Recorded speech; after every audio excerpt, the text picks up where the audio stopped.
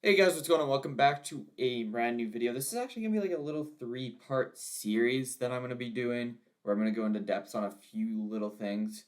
So this is my like CBA thing. So obviously the CBA is up December 1st or December 2nd, one of those 2 days, and then they'll have to have a new deal. So I've put together a list of things that I'd love to see into this deal. And then a couple of those things that I have, I'm going to be having two extra things involved with it, kind of as like a little mini break off part. So yeah, it's gonna be fun. I think these are pretty good. A lot of research kind of went into these. So yeah, let's get into this. So for my potential CBA, I think a length should be around 5 to 7 years. I don't really want to have to see them go through this again.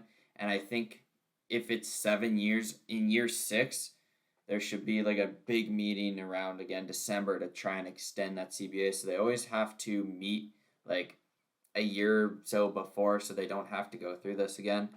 Because this is kind of really shitty. The like flurry of moves is kind of fun, but the having to have like a month to 2 months off sucks, and I don't think any fan really wants that, and nor do the players. So let's go through this. So for another thing that I think could get added, I think expanded playoffs are probably. I think that's gonna be close to a lock of getting added. I think 6 teams is probably gonna be where it's gonna go.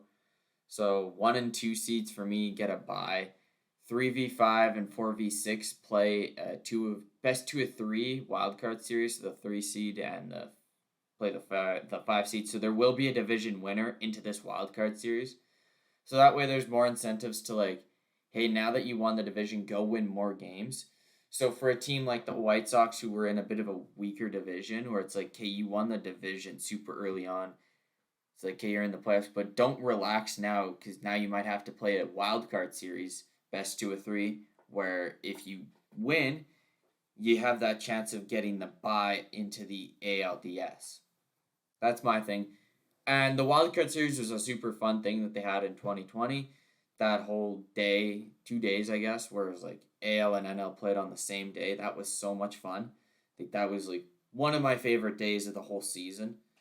It was just a blast. So I kind of want to see something like that where, game one of the wild card series is an AL day, and then game two of the wild card series for the American League overlaps with game one of the NL. I think that'd be a super fun thing to have. So yeah. I also have a universal DH coming through. I think that's also a lock. That's been talked about for years now. We saw it last year in 2020. I guess 2 years ago now, in 2020, and it worked great. It was a lot more efficient. It was better for offensive production. And honestly, watching pitchers hit this past season just reminded me of like, ugh, like do we really want to see this? Like before 2020, I wasn't really big on the universal DH. I liked the differences between the two leagues, but seeing how much better the National League really was with the universal DH, I don't want to see pitchers hit again. So I think we need to stop that and just let the universal DH come in. I think a quicker free agency might come in as well. So 2 years of a contract renewability, where it's like, hey, here's your 507,000 or whatever the heck it is, and then, like by the end of it, it's like maybe a couple million, right? So there's only 2 years of that, and then they get 3 years of arbitration. So there's 5 years where you're with the team instead of 6 years. So you get a year quicker. I think there's got to be something in there with service time and how they manipulate it. So and like I think the cutoff date's got to be way later on, like into July or something. I think that should be a cutoff date because if you're like trying to win, and you got like that top prospect guy, like the Blue Jays had with Vladdy, you really want to get him experience, right? Why would you wait until July? Like that to me, that you think that would be another incentive. Like, hey, well, wait till July and have him for half a season when I could potentially have him for a full year, where he learns how to compete at the major league level and would get better, so that when I'm trying to compete, maybe not this season but next season, they're really good. That's my thing. I think a minimum salary floor should be there so that way teams like the Athletics and the Rays, although the Rays just put a bag onto Franco, which like shocked the shit out of me. But like those small market teams like Tampa Bay, Miami, Oakland, I kind of got Colorado in there right now. They're a pretty cheap team. Arizona, we've seen put the bag on people. Like those types of teams, you gotta at least have 75 million. You can maybe make it 100, but I think 100 might stretch it. 75 is a good minimum floor for teams.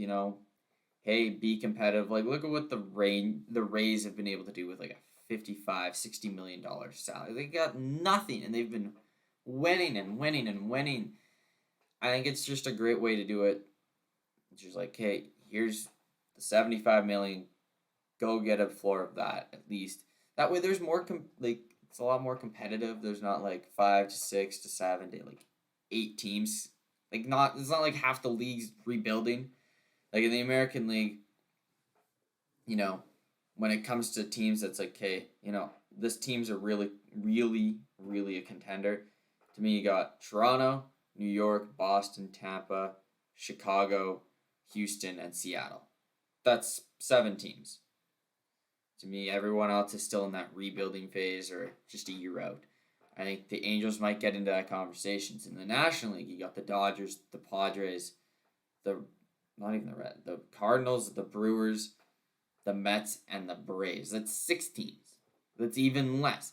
The Phillies, they're trying to compete, but they're not really doing well at it. So I guess they're 8 Phillies or 7, whatever them. You get what I'm saying. This way, there's more teams that can be competitive. So like Washington can get more competitive, Miami can be more competitive, Cincinnati, all that stuff. And if you do a rebuild, it'll be a lot shorter. So there's a hair in the microphone. The rebuild will end up being like a little bit shorter, so you can like push it. And honestly, I feel like a rebuild would be less likely for teams. You won't have to see these teams go through 4 or 5 years, Orioles, of 100 losses. It'd be maybe, oh shit, this 1 year, we'll have to push, we'll get that 75 million floor, but we might have to push a little bit more of a rebuild on it for a year. And I think that's a pretty good idea. A harsher penalty for going over a luxury tax. That luxury tax, I think it's around 250 million. And we see a lot of teams going over it. The Yankees have been going over it. The Red Sox went over it a while. The Phillies got to be really close. Dodgers are always over it. I think there's going to be a bit more of a harsher penalty there because a lot of teams are they don't really see a risk of, I'll go over it. Next year we'll maybe bump it down. Like the Yankees and the Red Sox did. And the Cubs. It's like, we went over, we'll bump it down next year and then we'll go back up again. And there's got to be a bit more of a whole, don't go over. So maybe loss of draft picks, international money. If you can't stay under a luxury tax for 2 seasons, you might some of your prospects get thrown into a Rule 5 draft. That's hey, you know what? Yeah, messed up. We're gonna take Blaze Jordan off you. We're throwing him into the Rule 5 draft. Something like that, where it's more prospects get exposed to the Rule 5 draft that teams can take, even if the prospect's on the 40-man roster as well. That way, there's an incentive. Shit, do I go extremely over and risk losing prospects, or do I stay under, stay competitive, and keep my future? That's my thing. Ooh. I want something to be there where it's teams don't, they feel the risk. I don't want to go over there. And then it kind of keeps a competitive balance in the league. Normal extra inning rules need to apply. I think they're going back to 9 innings, which is great.